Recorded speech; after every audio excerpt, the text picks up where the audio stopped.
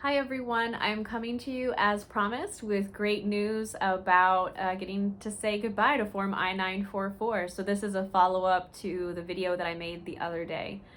And before I dive into what this great news means and what it doesn't mean, I'd like to quickly introduce myself. I'm attorney McBean Pastrana, and our law firm is dedicated exclusively to assisting couples in navigating the immigration process. If you haven't subscribed to our YouTube channel, please do so now. We regularly post updates and important information as you navigate through your immigration journey.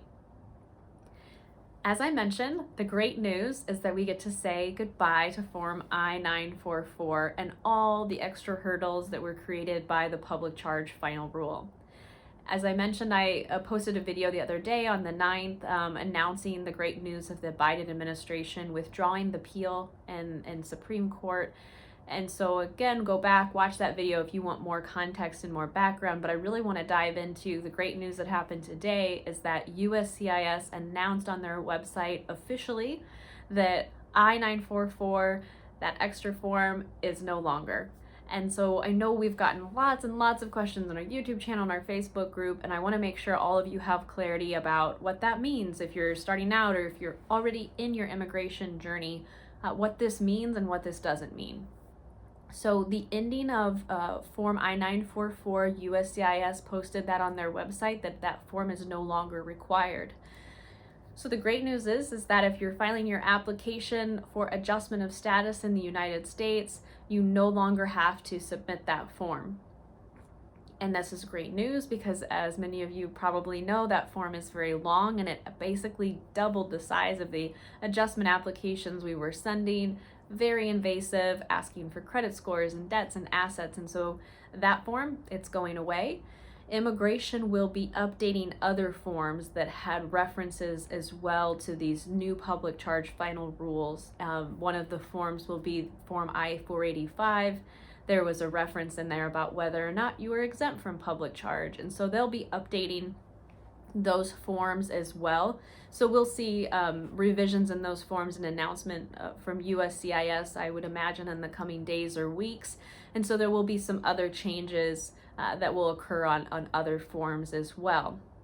So what this means is, one, you don't have to submit that form, and you won't have to submit any of that other additional evidence, proof of credit score, information about debts and assets, and basically anything that was required by that form is no longer required. Now, if you have already filed your application, an important question we've been getting is, oh my gosh, I filed my application with Form I-944, what will happen? Will they still review that? And so if you submitted your application with Form I-944, that means immigration is not going to review that. So they're not going to make a decision on that form. Basically, they have announced on their website they're just going to ignore that part of the application, and they're not going to make a decision, and they're not going to consider that information.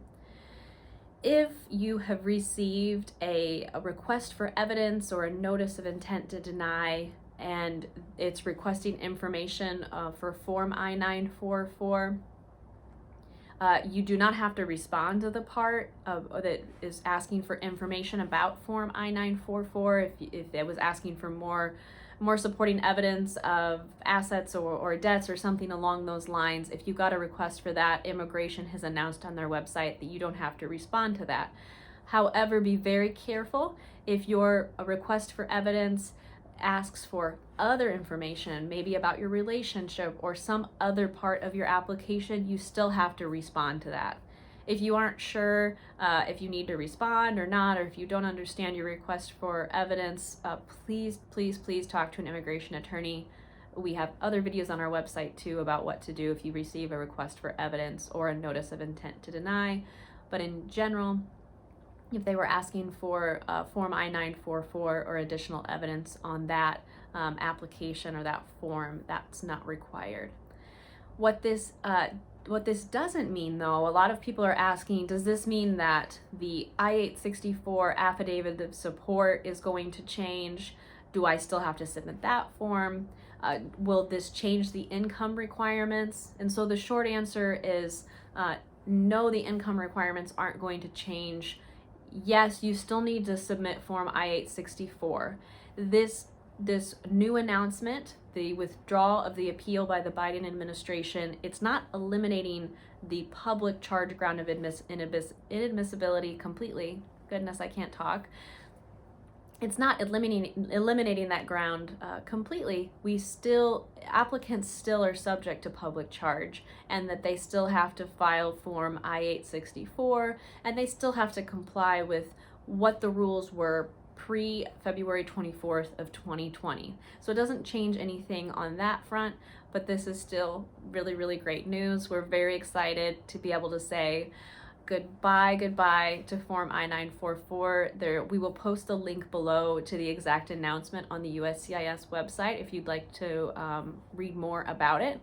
But hopefully that video provides you with some great news for your day. And yeah, thanks for watching, and please subscribe. Thanks.